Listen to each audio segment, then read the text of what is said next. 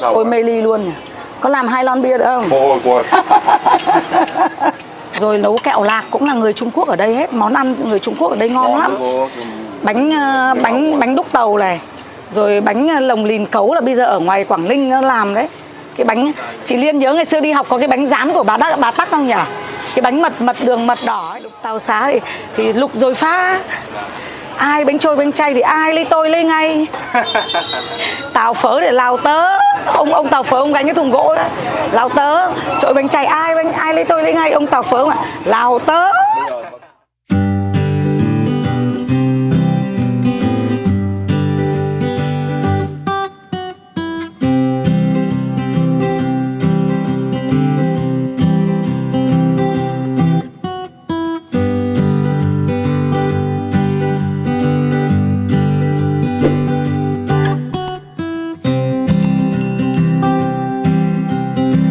Mến chào quý vị và bạn, chào mừng quý vị và bạn đến với phố cổ Hồ Hàng Nhai.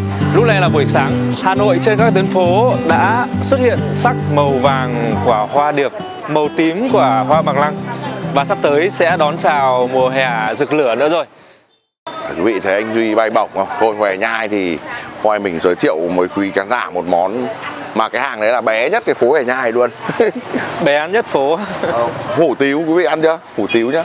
Mà hủ tiếu thường hay đi kèm với huyền thắn thôi, nhưng mà hàng này người ta bán mỗi hủ tiếu không. Thế à? Hay quá. Đâu em thấy đi chiến luôn thôi. Đấy, bé quá không nhìn thấy đúng không anh? Con chào cô. Cửa hàng hơi nhỏ. Dạ. Đây ngồi đi con. Cần gì nhỏ nhưng mà ngon được thôi. 2 người ngồi ghế đi. Dạ. 2 ghế đúng không? Thường là những cái quán hủ tiếu này công nhận với con là người ta bán cùng với cả mì hẳn đúng không? Nhưng ở đây chỉ hủ tiếu không đúng không? Hủ tiếu không thôi. Hủ tiếu này là hủ tiếu của người Việt gốc Hoa. Trước năm 79 không. Trước năm 79 là người Hoa người ta ở đây. Thì là người ta có những cái món trộn rất là ngon, gọi là cứ nói đùa là cái gì nhỉ? Hổ lốn là lộn xộn vào đấy kiểu. Thì nem cuốn hả cô? Nem cuốn. Cô cho cháu 2-3 cái nem cuốn này trước đề 3 trước nhỉ? Đề 3 nhé, 4 cái nhé. Không hết thì để lại nhé. Thôi để cô để cái ghế ở giữa. Đây. Cho cô cái ghế để cô lấy cái khay. Lại chật quá anh Duy thấy chưa?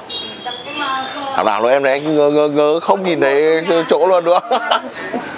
Món nem này là món nhậu ấy chứ em? Không phải nhậu, cái này ăn kiểu Ăn mùa hè. Chơi à? Chơi. Nhậu nem này nó toàn như kiểu là rau riếc xót ruột lắm anh ơi. Rồi bà làm cho con 2 cái. Lạc ạ. Xin mời nhá. Dạ, vâng, Chai ớt cảm ơn. kia. Dạ. Đưa đây các bà làm cho. Quý vị ơi, sáng ngày ra là xúc miệng cái nem cuốn này đầy đủ. Rửa bánh ra. Đây là nem chạo này quý vị này, nem chạo là xà lách này, bánh đa cuốn. Không có nem chua đúng không cô? Ơi, Không có nem chua, có nem chua. Có trong này ạ? Ngon quá cô ạ. Tiền chưa? Chưa, ông thu tiền đó cháu. Cô trong đây có cả thịt mỡ à cô? Có thịt thính. Ngon lắm. Đây là nem chạo cho anh. Ông giả gì? Đấy, đây. Vâng, nem chạo là nó phải có thính, có bì, có mỡ rồi. Đây là cái nem chua này bổ đôi ra để cuốn vào đấy này. Nếu khách ăn ngoài thì sẽ ăn với ớt. Đấy, nem chua lá ổi này. Đây ngon rồi. Đây, nửa cái cuốn vào đấy. Thì nếu mà ăn không thì là chấm ớt. Cô mời mỗi người một cái chấm ớt. Quý vị ạ, nước chấm rất ngon luôn. Con ăn cái miếng nem chua nào. Cô cho cháu 2 bát hủ tiếu đi. Ngon thơm lắm. Cô bán bao tiền một cái nem cuốn này cô? Cái nem cuốn là 8.000 con ạ. Hiện nay là thịt đang đắt, đâm ra là bán 8.000. Thịt bây giờ là 15 mà con. Mà con ăn cái nhân này, con thấy cái nhân thịt, cục thịt của nó. Quý nem chua lá ổi này.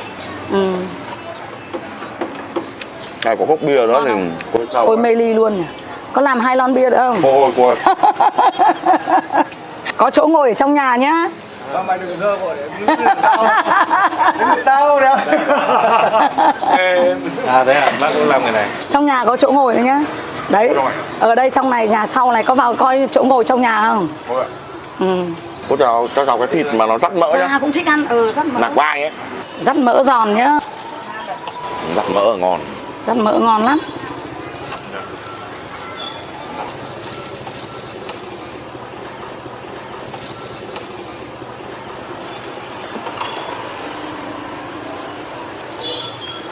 Có nước giấm đúng không? lạc, hành phi, ma-di, rau sống. Xin mời con. đây là mỡ hả cô? Đây là mỡ để khi mang về. Mang về thì là mình quệt vào cho nó đỡ bết cái bánh. Cái này là bánh đa chú không nhỉ? Bánh đa. Bánh đa quê. Một quán mà chuyên hủ tiếu không, anh hiểu không? Là cũng là ngon hơn những cái quán để em mà đánh giá là người ta có thể là ngon hơn những quán. Nó chuyên nghiệp hơn. Người ta cái kia để người ta chiều khách thôi. Khách ăn trộn thôi, chứ cái này nó là Bây giờ một người thực hiện một cú đá 100 lần còn hơn là thực hiện 100 cú đá đấy. Mời con. Cô sao mang về lại phải dưới mỡ lên? Mang về dưới mỡ vì cái bánh này khi cô trần để nguội là nó bị vón vào nhau. Đấy, nó vón vào nhau. Thì khi cô phải dưới một tí cái váng mỡ ở trên này. Đấy, để cho nó đỡ váng, nó mềm. Đấy. Thì đến khi nước cô để riêng. Đấy. Rồi, anh ơi, còn cái lem quấn nốt của anh làm nốt đi cho đỡ lạc đà. Thôi anh ăn một cái thôi mà để bụng anh để còn cho ăn bạn cái này ăn tiếp. Đây. Em xin. Cô làm chua lắm rồi đấy. Giấm tỏi. Thế cái này chỉ cho giấm ớt vào thôi. Giờ con ăn cay con cho vào đây. Dạ. Đây là tương ớt hay gì đấy? Vâng, cảm ơn. Thế thôi nhá. Cay quá. Một bát này bao nhiêu tiền đây cô? Bát này 40.000. Dạ. Vâng. Ánh nhìn đầu tiên của em này chắc là cái này nó như kiểu bún bò Nam Bộ, em dẫn anh đi ăn em. Bún bò thì là phải là bằng bún. Còn cái này cô là cái bánh này của cô là bánh chuẩn luôn, bánh nhà quê luôn. Đảo con trộn từ dưới lên cho nó ngấm đều. Nếu mà so với cái hủ tiếu truyền thống thì nó còn thiếu cái vị gì ở đây cô? Cái này chính là cái truyền thống. Truyền thống thôi. Truyền thống trước năm 79. Dạ. Người Trung Quốc ở Việt Nam. Dạ. Người Trung Quốc ở nhiều đời ở đây Việt Nam ấy. Dạ. Đấy. Hủ tiếu là cô cũng thiếu một bát là gọi là bát phổi quý vị nhá. Nhưng mà vì căn bản là do cô không bán mì Hàn nên là không có phổi. Tức là cái mì mằn thắn trước đây là chỉ chuyên mì thôi. Dạ. Chuyên mì nếu mà đúng truyền thống cái chuyên mì của người Hoa, sủi cảo tôm tươi, mì mằn thắn, sủi cảo tôm tươi là một cửa hàng ý thôi. Không được bán thêm món khác.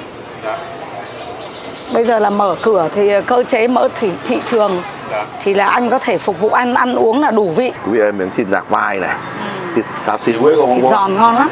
Xá xíu này cô sẽ tẩm ướp với ngũ vị hương, hành tỏi nữa rồi cô táo lên. Vì thấy mình dùng từ chuyên không? Đúng không cô? Đúng rồi, thế lắm hết nghề của cô rồi. Xin mời mọi người.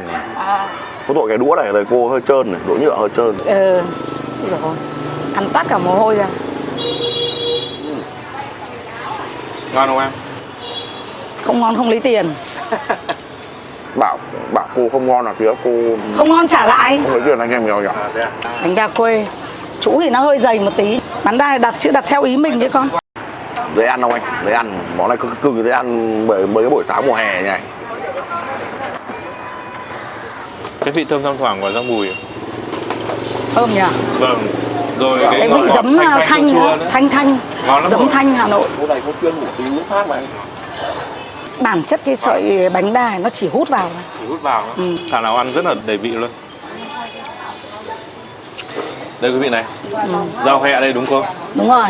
Rau hẹ, rau mùi này. Đây là phải có hẹ mà. Có hẹ mà. Giá đỗ này, xà lách, lạc rang. Mùa hè ăn các món trộn nào đỡ nóng. Cô bán được bao lâu rồi cô? Năm 2006, năm nay là 15 năm. 15 năm. Không ai phụ cô à? Có 4 người làm trong nhà. Cô chỉ có bán thôi. Còn đâu làm theo cái kỹ thuật của cô đã trong kia đã chuẩn bị hết rồi. Gia đình cô là có 4 người cùng làm này, thu nhập chính từ quán này.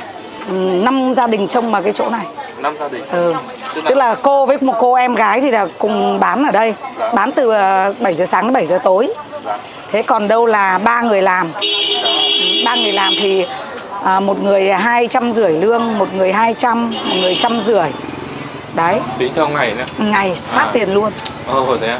Tức là kiểu như là làm công để nhật người đấy. ta có cái sinh hoạt trong ngày luôn. Thế là ngày mà cô không bán cho khoảng 2-3 củ thì chắc là phải được 5 củ cả gốc và gốc và lãi thì mình trả lương cho mọi người. Thời gian bán của cô là khi nào? Thời gian từ sáng đến tối. Sáng 8 giờ. 7 giờ tối đóng cửa. quán bán cô là muộn đó. Nhưng mà bây giờ toàn người già rồi nghỉ hưu rồi, bây giờ là không dậy sớm rồi. Mà cũng phải dậy từ 7 giờ làm ấy chứ. Giống bún bò Nam Bộ, giống phở tíu không? Không khác gì đúng không? Ngon. Cái bún nó không hút hơn, cái sợi bún nó không hút bằng cái này. Vâng, vị càng ăn về cuối thì càng chất lượng Càng hơn ngấm. nhé. Vâng, càng ngấm. Những miếng cuối là ngấm đấy. Vâng.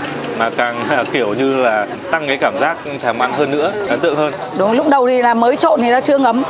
Càng miếng cuối cùng càng ngấm. Món này là món là ăn về hậu vận nha quý vị nhé. Ăn về hậu vận, ngon về hậu vận. Cuối nồi nó mới đậm đấy. Đấy, cuối nồi là mới đậm đấy. Đấy. Đi sang Bác đi hồ. câu ở đâu đấy? Đông Anh ạ. Ui, đi xa đấy. Ăn chim dưới nước.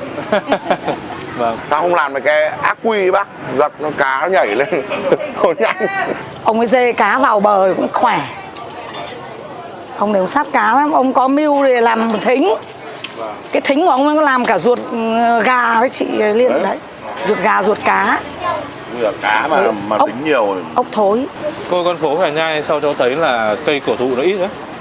Kia kìa, còn bên cửa bệnh viện là 4-5 cái cây, bây giờ còn 3 cái. Từ cô biết là từ 70-80 năm nay rồi. Tại vì trước đây là nó thấp nhỏ.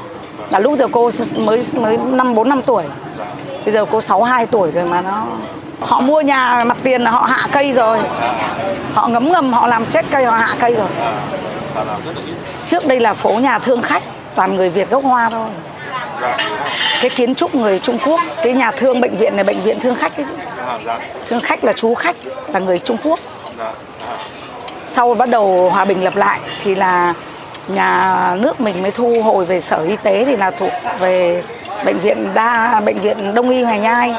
Thì bây giờ nâng cấp là bệnh viện Đa khoa Hà Nhai. Còn kiến trúc của người Trung Quốc hết. Giày vải Thượng Đình này, giày vải Thụy Khê là cũng mấy cái chủ nhà này. Rồi làm đồ chơi này, rồi vẽ kính này. Đấy, thế rồi vẽ tráng gương kính là cũng người Hoa. Hết luôn. Ăn sạch cái này á này. Ăn khô cả bát nè. Cô có họ hàng hay là nguồn gốc? Cô học cùng, cô chơi cùng tuổi bé, tuổi thơ.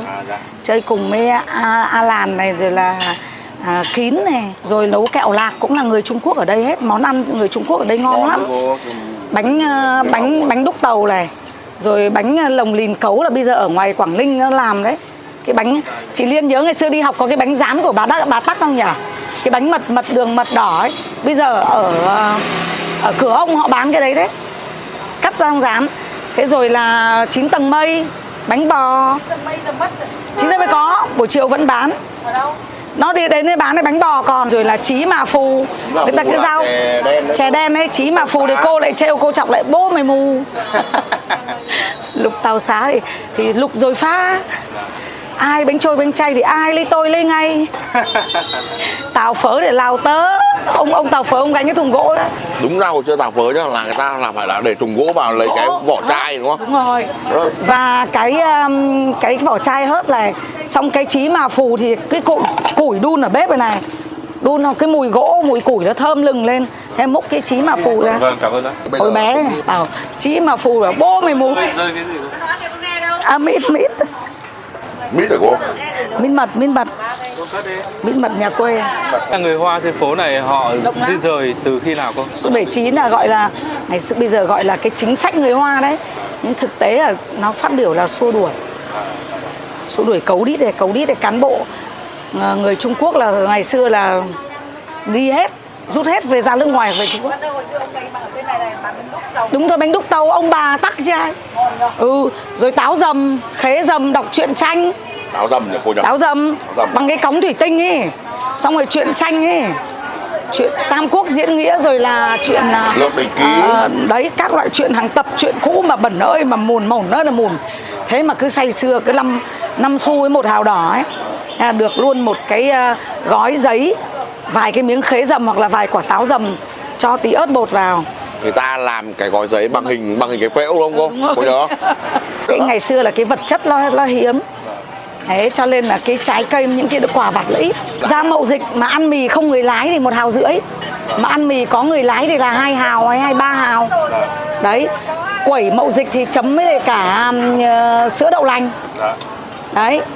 Quẩy to, quẩy như này Mậu Dịch mà đặc ruột ấy. Đấy gọi là dầu chóc quẩy đấy. Dầu chóc quẩy à. Đấy, chấm với sữa đậu lành à. Quý vị ạ, thực ra cô nói lại cho mình rất nhiều cái là cháu cũng đã từng kiểu là trải qua một thời gian rất ít rồi. Đúng rồi. Thời ngắn, ta vẫn tồn tại đến những cái năm 89, 90. Đúng rồi, Cái còn năm một đấy số là cháu chưa khoảng đi được. tầm 4 5 tuổi đấy, cháu vẫn nhớ lắm mà. Thế địa chỉ của mình là ở đâu? 32 Hòe Nhai, 32T Hòe Nhai. Cô là cô Vân đúng không? Cô Vân. Thế là anh em mình gặp hai cô Vân. Hôm qua cô Vân ở bên Long Biên, hôm nay gặp cô Vân ở đây. Cô Vân nào cũng thấy tươi nhỉ? Biển thì bé tí. Biển bé lắm. Nhưng mà người nước ngoài họ ăn nhiều lắm, Việt kiều về cũng ăn nhiều lắm. Đây cơm cháy đúng không? Cơm cháy miền Nam. Còn lạp sườn miền Tây. Lạp sườn thì cô bán thêm để khách mang về. Lạp sườn bán theo cân hả cô? Bán theo cân. Cũng ngon lắm. Nếu quý vị có dịp tới số 32T phố Hòe Nhai, ở đây thì cách trung tâm Hồ Gươm khoảng tầm 1 cây số thôi. Quý vị nhớ chia sẻ video để nhiều người biết đến địa chỉ ngon trên khu vực phố cổ. Đừng quên nhấn like trong Facebook Hà Nội Phố để đón xem video mới nhất. Quý vị có thể gọi điện trực tiếp cho Duy để góp ý nhé. Hẹn gặp lại quý vị trong trải nghiệm sắp tới. Vẫn còn nhiều quán mà cũng dị biệt như kiểu quán hủ tiếu này. Món lạ và độc. Theo mình nhá, và ẩm thực Hà Nội làm sao hết được mà cô. Xin chào và hẹn gặp lại mọi người. Xin chào.